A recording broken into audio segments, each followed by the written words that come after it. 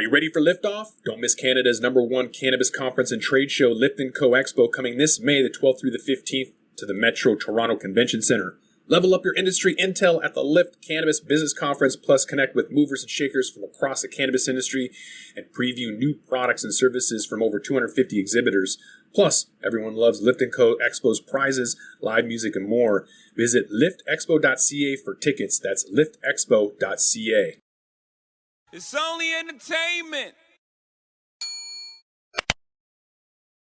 Welcome back to The Talking Hedge. I'm Josh Kincaid, capital markets analyst and host of your Cannabis Business Podcast. Welcome back to The Talking Hedge. I'm Josh Kincaid, capital markets analyst. And today we're going to be interviewing Jeffrey Garber, founder, CEO of Yellow Dream Farms. Jeffrey, thanks for being with us at The Talking Hedge. Thank you so much for having me. Yeah. So what is Yellow Dream Farms? Where are you at? What is it? So Yellow Dream Farm is a family-owned 30,000 square foot cultivation facility based in Adelante, California. It's about an hour and a half north of Los Angeles. And Yellow Dream's farm model is to grow boutique quality cannabis at scale using vertical farming and LED technology. And we are growing, boutique quality cannabis at scale. And we're trying to kind of break the barrier and the stigma that, boutique quality and craft cannabis can't be grown in commercial scale. It's funny because I was just thinking that yesterday. I was just thinking I'm not sure that it can be done. So that'll be an interesting conversation to dive into. I was in Vegas just a couple of weeks ago, and I got to stop by around 8 stores. I was trying to go into 10, but I ran out of time. And I noticed I got to Cookie Store, kind of excited to try some of Berner's genetics that I've heard so much about. And yet this $55 blunt was nothing I would ever pay more than $15 here in Seattle for. I pay, it's $18 and then I get a discount at the store, and I buy, it's the 3.5 grams, not the 2 grams I bought from Cookie. Right. So kind of a trash experience. I went to the 20 stores on 420. Was that just 2 days ago? In Seattle. I do that the 6th year in a row, and kind of avoided the whole Cookie store there too.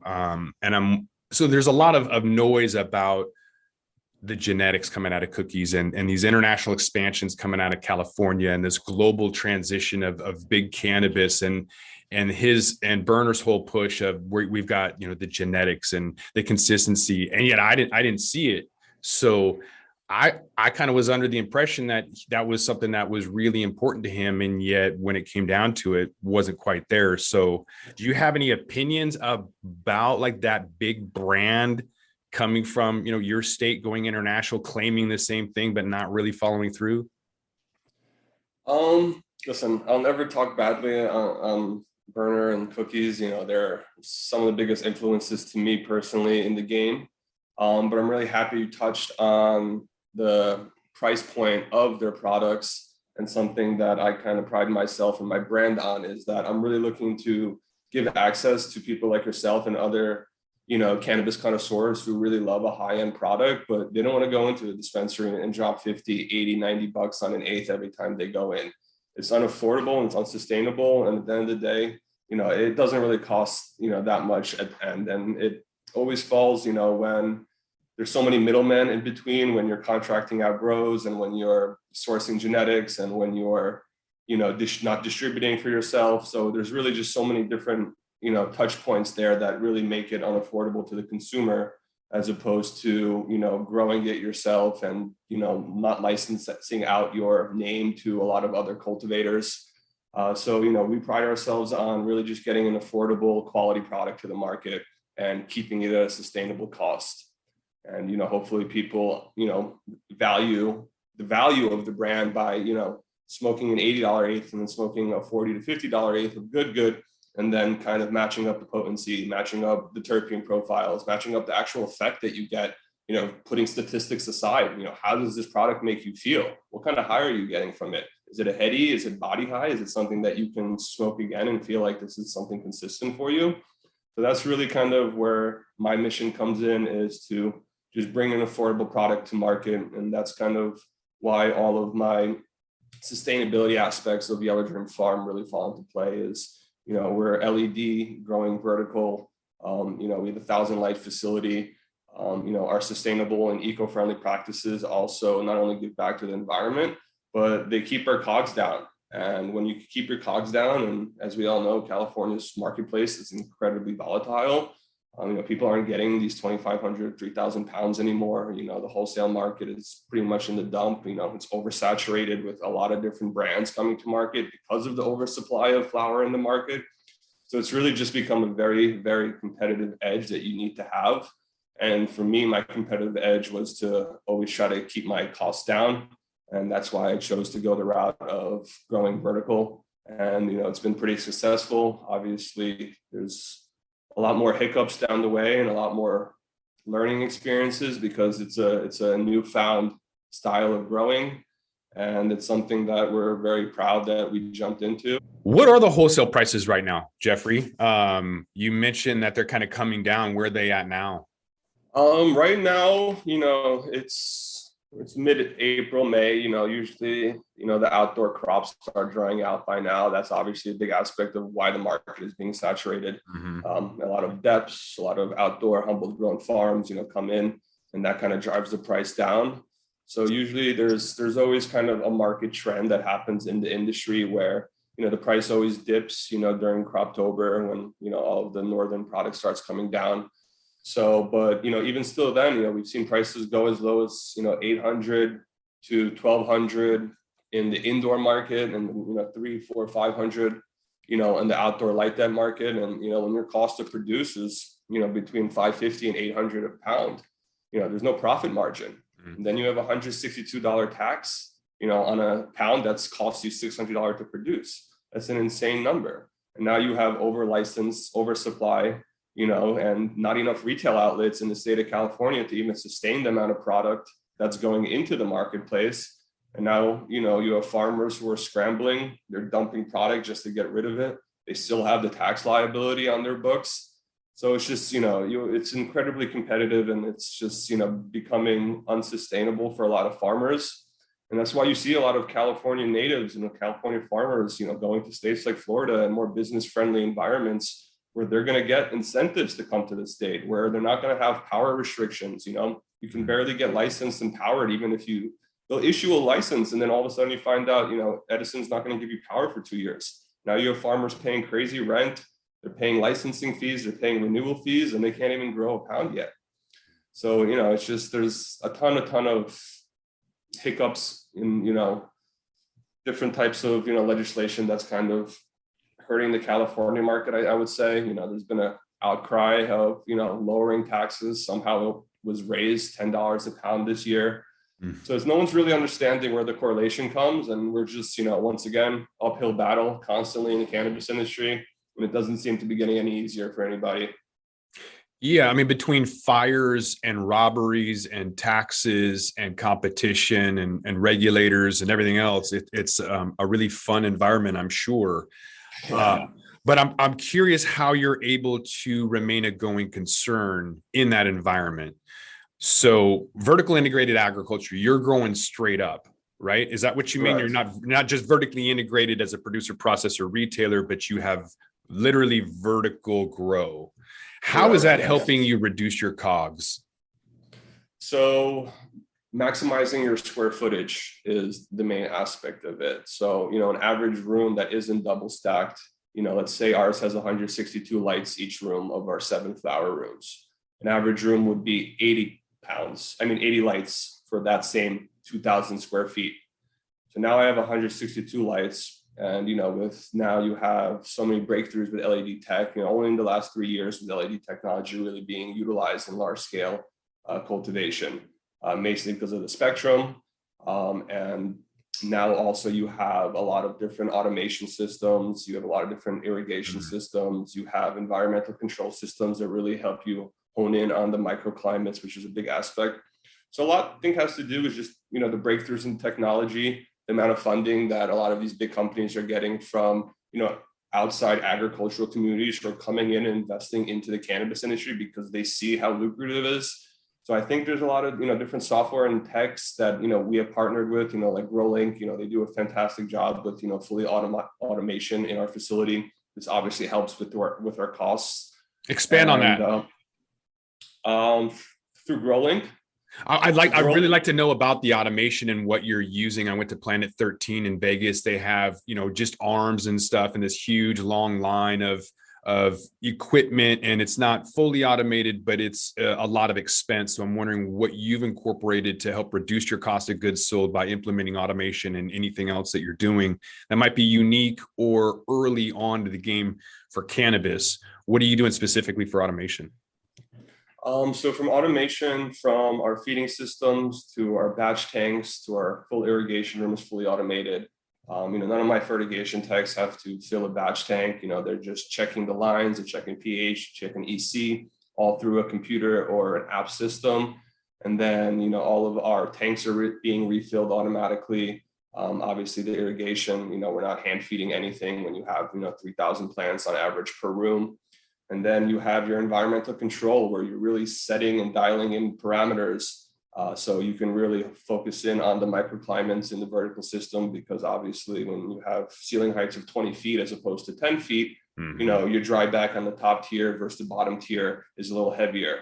Well, you can't see that top tier either. So are you utilizing cameras and AI, or do you know when that technology will be available? So if you see a leaf, we have walking platforms. So, okay, so you can't see it. Yeah, but do you happen to have a time frame of when you might see a technology similar to a camera detecting whether or not it's environmental factors or something like the soil composition or whatever, and why that leaf might be changing color or otherwise? So GrowLink provides all of that as is. It's something that's currently being utilized. There's several companies that do it. So we have media sensors plugged directly into our soil or our hydro cube, our Rockwell cubes. Mm-hmm. And this tells you the water content, the water temperature, the EC, and then you can always, check the runoff to match that up. So our media sensors actually connect back to our solenoids, and the solenoid is what opens and closes the valves in order to feed the plants.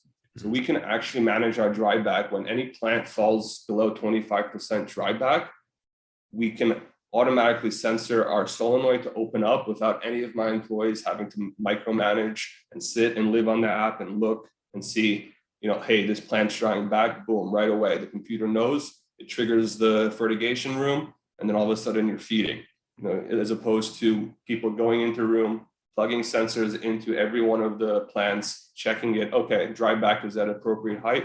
Boom, click the button to feed. So we've created this automation where you really set the parameters, you dial in the plans, what EC works well for it, what dry back works well for it. And then, we kind of just continue dialing that aspect to kind of get that perfect dry back. And, that allows us to really, get that quality of flower that, a lot of people are utilizing. And this is all through a method called crop steering. Crop steering is, what most people are utilizing right now to really boost yields and boost quality. And this is a proven method that, most cultivators who are, ahead of the time right now that are really utilizing this type of technology. How much does medium play into creating top shelf, like where you really get that funk and the terpenes really fall through? Is it a matter of soil or hydroponics, aeroponics? Is it the flush that really creates that smell and taste and distinguishable, discerning palate for those that want something good? What is it? Explain to me a little bit about kind of what creates top shelf. When it comes to your media, a lot of people say soil is what brings out the biggest terpene profiles from it. I've ran in this specific facility, both Rockwell and soil, and played around with it, in terms of being more efficient. Rockwell has always been the easier route, but soil, it's such a difficult question because it's so personal preference, not only to your growing style and your growing techniques. Soil is a little more resilient as opposed to hydro or Rockwell. So it's just really how you grew up and what style of growing, I think is what you've worked around and perfected. And, everyone's got a personal preference, at the end of the day. It's just like telling me, what coffee beans are stronger. It could be from Peru or it could be from, Seattle. So I think it's very personal preference based on, but, I think industry, a lot of people say soil is definitely where you get the most terpene profiles from. Well, let me ask you a different way. In Seattle on 3rd Avenue by the courthouse, there's always a group of folks, maybe different people, whatever, but they always have like the best smelling bud in the whole city. Like if you want to know what really good Seattle weed smells like, go to 3rd Avenue at the bus stop right across from the courthouse. Consistently, like the best smelling. I always want to go up and just like sesh with them because I want to know what they're smoking and it smells delicious. When I ask people, how is it that those folks always have what smells like the best weed in the entire state? The response is, well, it's probably craft grow. And that goes in opposition to what you're saying, is that you can kind of create that on a larger scale. What people are telling me is, it smells that good because it's got to be small farms. How do you get that experience where you have that smell and the assuming that there's flavor behind it? How do you get that on a large scale? Yeah, I mean, a lot of it is genetic based, but also the curing process is a huge aspect of it. A lot of farmers are rushing product out the door to meet deadlines, to get the product in the hands of the consumer. And, sometimes it's just, the slow process is the winning process in my experience. And sometimes, the way we cure and the way we trim and just taking that extra day for the product to really sit and kind of marinate, I think is a huge aspect of my curing process. And I think it's just such a shame that after 90 days of hard work, to kind of skip the last step of it, of, the real curing process of really letting the product sit, whether it's in a cure tube or a barrel or in a bag where you're burping it. And, it's just something that I pride myself on. I think having a strong nose is something that is really appealing to most consumers, and making sure that the product still stays fresh. So it's a very fine line, honestly, to get it to cure, but without it drying out too quick and, getting all that moisture loss.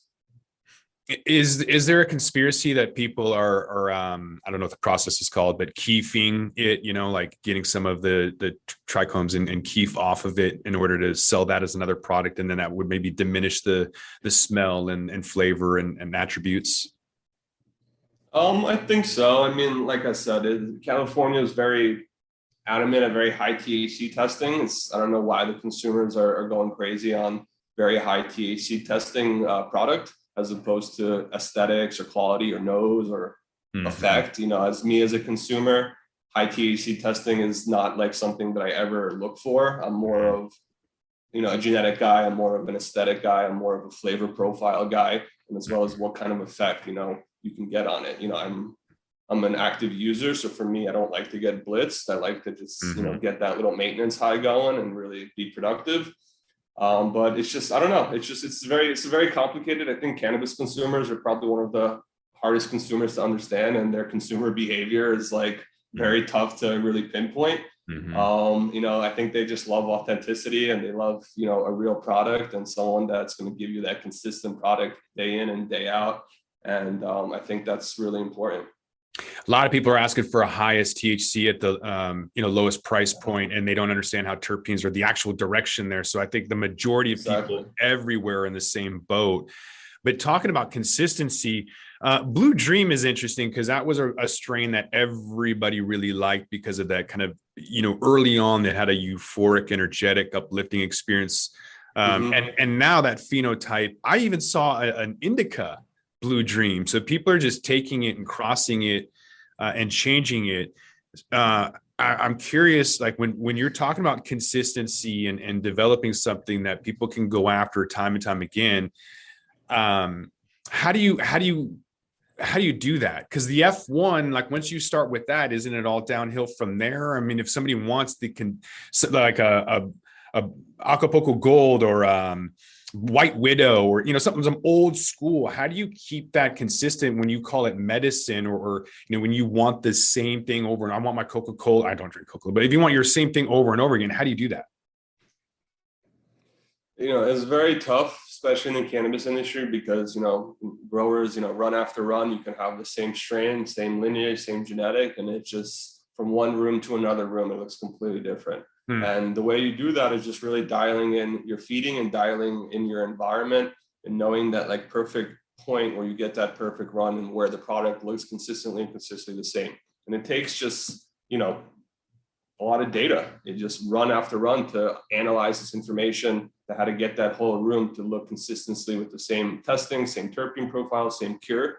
At the end of the day, you're dealing with a live plant, you're dealing with a live environment.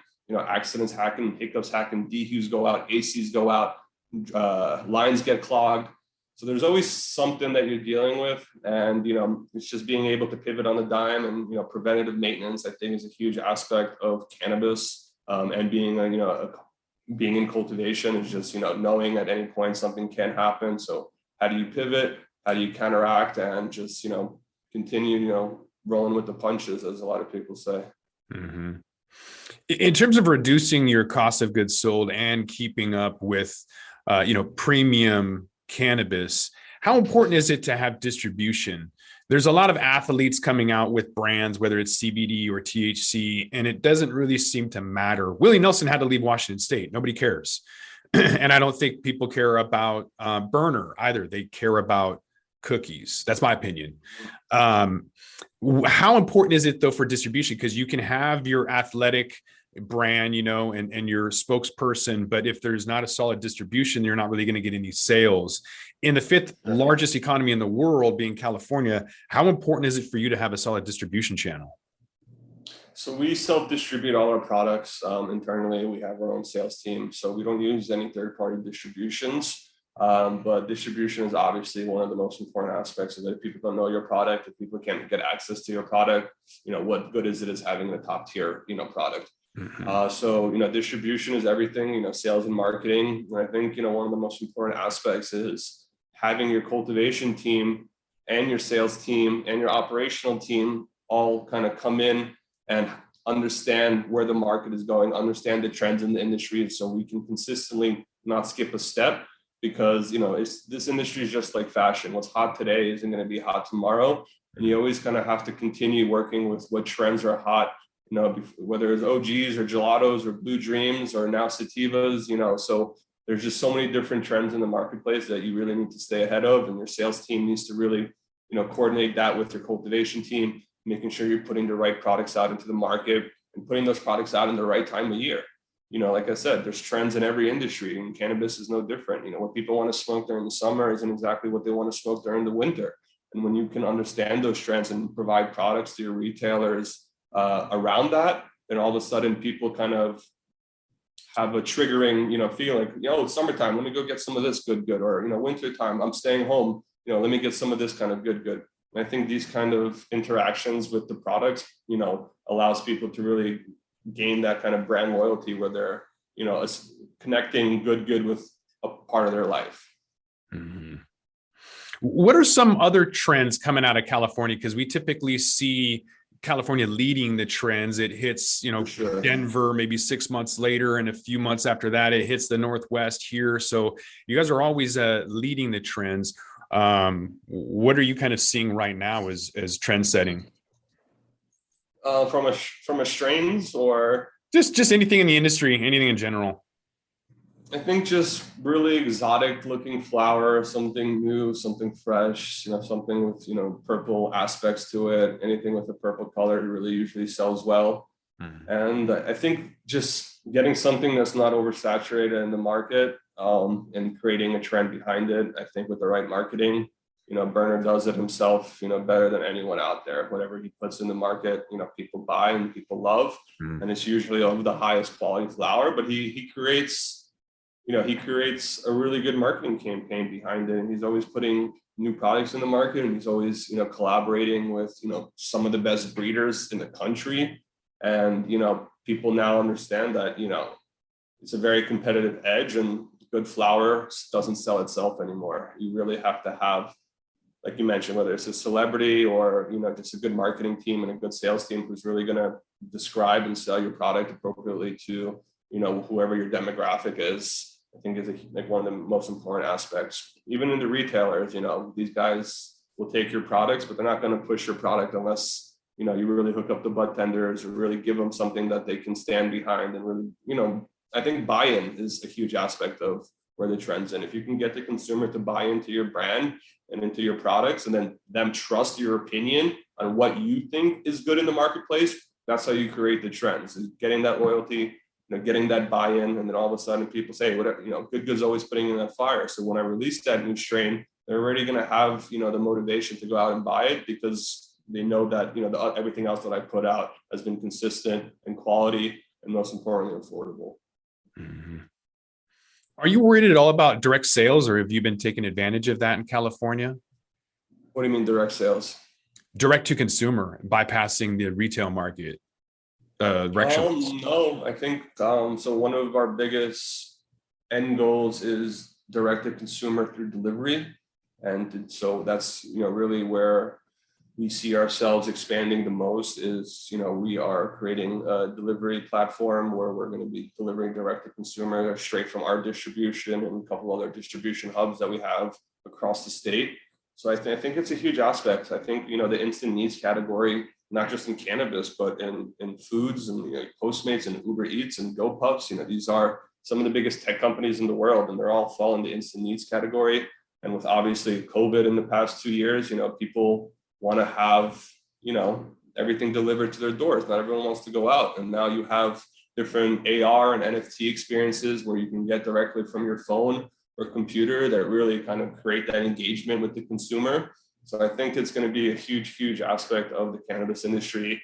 Only as of, I believe, August of September, you were even allowed to put a cannabis delivery app onto the App Store. They didn't allow it. So now you're going to have, huge rush, go-to-market strategies for a lot of big boys, Ease and Grassdoor and High Times. These are all deliveries that are, rushing to create a platform. And I think, it's going to be, you're going to see a huge increase in sales due to that. And I think it's just going to be, access to more consumers, which, everyone can really use right now. Because, like, as I mentioned, there's not enough retailers in the state of California. The state has not issued enough retail licenses to sustain the amount of product that's being cultivated in the state. So we desperately need more outlets. And if we can get delivery cars on the road and deliver it straight to the consumer, I think that will help boost sales and help, farmers get their products in the hands of, the consumer, as opposed to, potentially having to even think about, selling it on a wholesale or even on a black market, which a lot of farmers, are struggling to make bank. And, the black market, as everyone knows, is huge still in California in itself. After 2, 3, 4, 5 years of legalization, you're still seeing black market sales overtake legal cannabis sales, which is, to me, just mind-blowing. I still don't understand how it's happening, and how, with the amount of tax revenue that the state or the country is producing, how there's not money being allocated to more funds and more enforcement on the black market community. This is what's really taken down a lot of even the retailers. So I think, there's a lot that can be discussed on that aspect. Yeah, I recently had a licensed entity in Washington State offer me $1,850 for a pound, which is fairly pricey up here, especially on the black market. I mean, for folks that are looking to grow from home, is that a market that you're worried is going to take any market share away from you? Grow from home? Yeah, home grow. Well, if you home grow, you can only, yes and no. I think it'll always be a hobby, and a hobby that a lot of people love and enjoy. To grow and smoke your own weed is great. But I think if you're a consumer, and even if you make your own craft beer at home, you still have that kind of curiosity to see, what's this like? Let me try this, even to compete against yourself sometimes to see, you may think that you have a great product, but unless you're going out there, I have access to all the weed in the world, and, I hate spending money on flower, but I still have such a curiosity to see what other people are putting into the marketplace. So I'm always going and checking out new drops and stopping by retailers to see what the competition's putting out there. and really just trying everything that I can, because I'm I have that curiosity to learn and see and feel.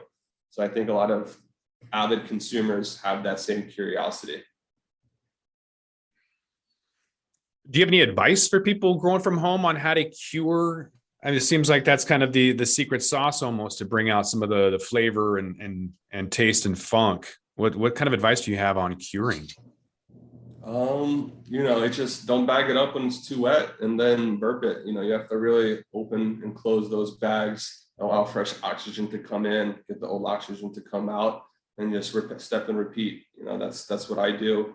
And it's a little extra. We have something called cure tubes. They're like big barrels, that we hang in a wine cellar type room, where we have full environmental control in our curing room as well, which is a huge aspect. You want to make sure that you're sitting, not too humid, not too dry, so the product, moisture loss is obviously a huge effect on it. And every gram counts these days. So when when you're wasting time curing, you're technically losing moisture on the product. Technically, you're losing grams. So a lot of farmers take that into consideration when they're curing their product.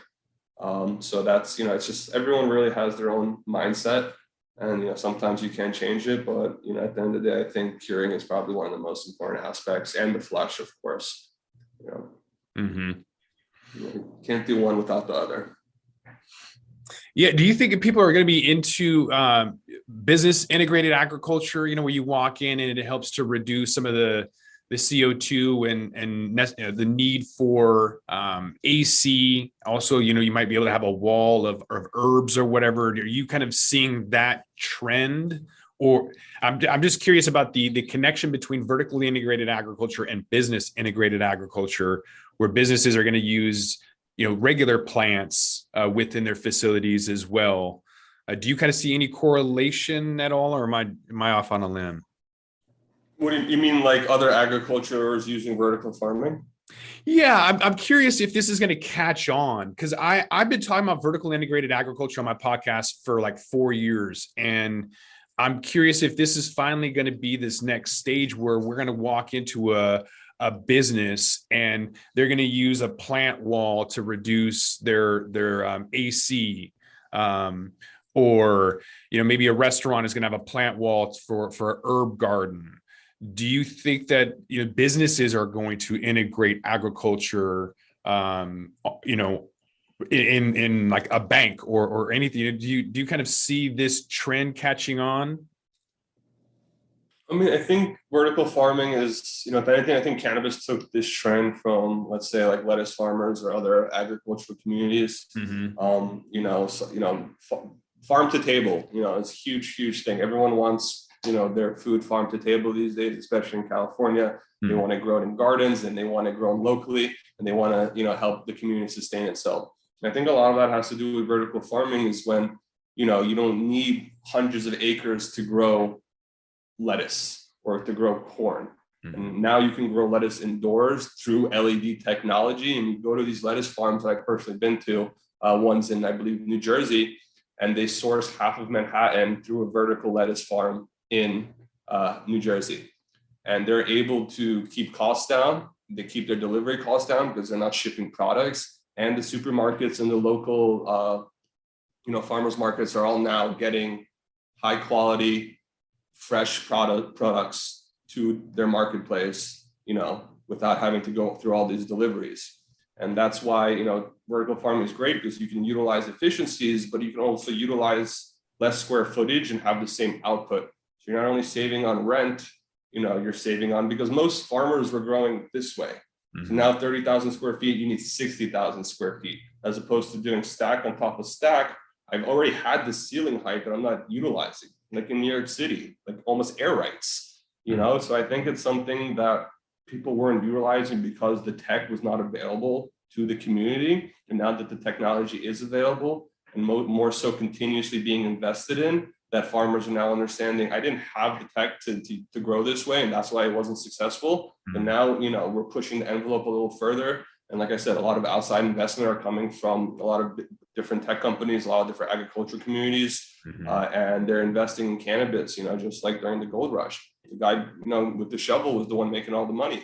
These guys are coming in with different softwares, task managements, POS systems, and these guys are getting billion-dollar evaluations in the first year or two because they didn't have a specific POS for cannabis. They didn't have a specific accounting for cannabis. They didn't have a specific task management software for cannabis. When you're managing in my specific space, I have 30,000 plants in-house at any given time, including clone, veg, moms, and all my flowering rooms. I need to have information on every one of these plants. And how do you do that? You have to have specific cannabis softwares to utilize that. So it's just from all aspects of non-cannabis touching assets to cannabis touching assets, to grow lights, environmental feeding controls. It's just so much has really came into the marketplace that, I think everyone is realizing you have to utilize these tools to be successful these days. Mm-hmm. That's something that I always believed in, and kind of, as a lot of legacy growers, don't believe, they see everything with their eyes and their feel and their touch. But, at such a large scale commercial agriculture, you can't, get a feel for every plant unless you have sensors. Mm-hmm. And like you said, different AI, I think will definitely come into the marketplace. If you see a leaf curling, or if you're seeing a little yellowing, they'll catch on to that. So I love it. And I can't wait for someone to come connect and do it. I'm sure someone's already, listening to this and thinking about it if it's not already created. And, I think the more people who can come in and bring other technologies into the industry will only help push cannabis in the right direction. And we need to continue, sharing the knowledge that we've kind of grown. A lot of people like to, keep their knowledge to themselves, but, how are you going to push an industry forward if you're keeping everything you've learned to yourself? Mm-hmm. Maybe it'll help benefit you, but, there's a bigger picture involved. There's a bigger community involved. There's, besides recreational use, the medical use of cannabis is, I think, the biggest advocate of it all. And, it's been proven over and over again on the medical benefits from ADD or back pains or creams or migraines, and people who cite, Alzheimer's. I think, the list goes on, and it still doesn't get the credibility it deserves. And it's still a Schedule I, and it's still, especially with 280E, farmers can't even survive because they can barely write off any of their business expenses due to that. Mm-hmm. So, there's always just needs more people advocating, and just people talking about it, I think is will go a long way. And that's why I love. There's a lot of issues with cannabis. I guess it depends on how long you want to keep putting up with it. Do you have a particular time frame? Like, do you have an exit strategy for this, or are you going to just keep doing it until the wheels fall off? No, hopefully, just I'd say a 5-year plan's in place. Our goal is to expand our footprint in California, as I mentioned, through our vertical model of direct to consumer through delivery and retail, and then to grow our footprint through a multi-state operation, and then hopefully, have big enough infrastructure where you will attract those MSOs to come in and take a look at yourself and see if that's something that they're willing to buy into. And hopefully I can continue being a part of that as that happens, or, we can exit. But, I see myself in the cannabis industry for a while, whether it's in cultivation or other aspects of it. But, cultivation has always been a passion and a hobby of mine, and something that, I love spending time in my grow rooms, just as, much as I have to spend time in accounting and compliance and distribution and operations. So, it's just, it's been an amazing experience. It's, pure joy and passion for me. But, there's a lot of struggles and a lot of uphill battles that you have to kind of just continue fighting against. And, like any industry, there's no secret to success besides hard work and, just grinding. It is a grind. For any investors or anybody that wants to check out where you're at, what's the website, social media? Where is Yellow Dream Farms at? So you can look us up at yellowdreamfarm.com. You can look us up on LinkedIn. Our house brand is called GoodGood. That's our direct-to-consumer. Yellow Dream Farm is more of a B2B platform. We offer white labeling services. We offer packaging services. We offer distribution for brands who don't have cultivation licenses and are looking to get into the marketplace. So we're currently white labeling with 2 partners of ours who we package and sell them our products, and they put it under their brands. And then, we have GoodGood, which is our first house brand that we launched, and I founded as well. And that's our, direct to consumer. That's what we sell into retails and deliveries. and something that we've really been gaining good traction behind. And, I hope we continue to gain market share and expand our footprint, and then hopefully develop other brands that will be more targeted to other demographics of people, as opposed to GoodGood, which is more, cannabis connoisseurs. People are a little more, as you said, into the marketing and the hype, and just really are looking for new trendy products. I'm really about building the community where people can come together and discuss, aspects in the industry, whether it is, on the legislation side or just the community and the cultural aspects of it. The whole community and the culture of cannabis has grown so far. And, potheads have gone to having negative connotations to positive connotations to being some of the most successful entrepreneurs in the country. And, it's beautiful to see. And, that's what I'm saying. Just, we got to continue working together, share knowledge, share information, and, come together to push the industry towards the right direction. All right, we'll put Jeffrey's link, his LinkedIn contact in the description. But I think with that, we're gonna have to roll this one up. So I want to thank my guest, Jeffrey Garber. He is the founder, CEO, Yellow Dream Farms. He's also with GoodGood. Jeffrey, thanks again for being with us on The Talking Hedge. Thank you so much. Appreciate it. I'm Josh Kincaid. This is The Talking Hedge. Don't forget to like, share, and subscribe, or don't, and I'm out. With that, we're going to roll this one up. I'm Josh Kincaid. This is The Talking Hedge. Don't forget to like, share, and subscribe, or don't, and I'm out. Don't forget to smash that like button on your way out and check out these other videos that we've got.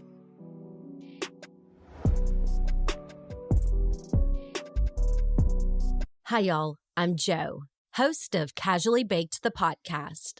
If you're curious to explore the highly responsible side of cannabis, farming, and legalization, I'm here to help lighten the stigma and build your canna confidence.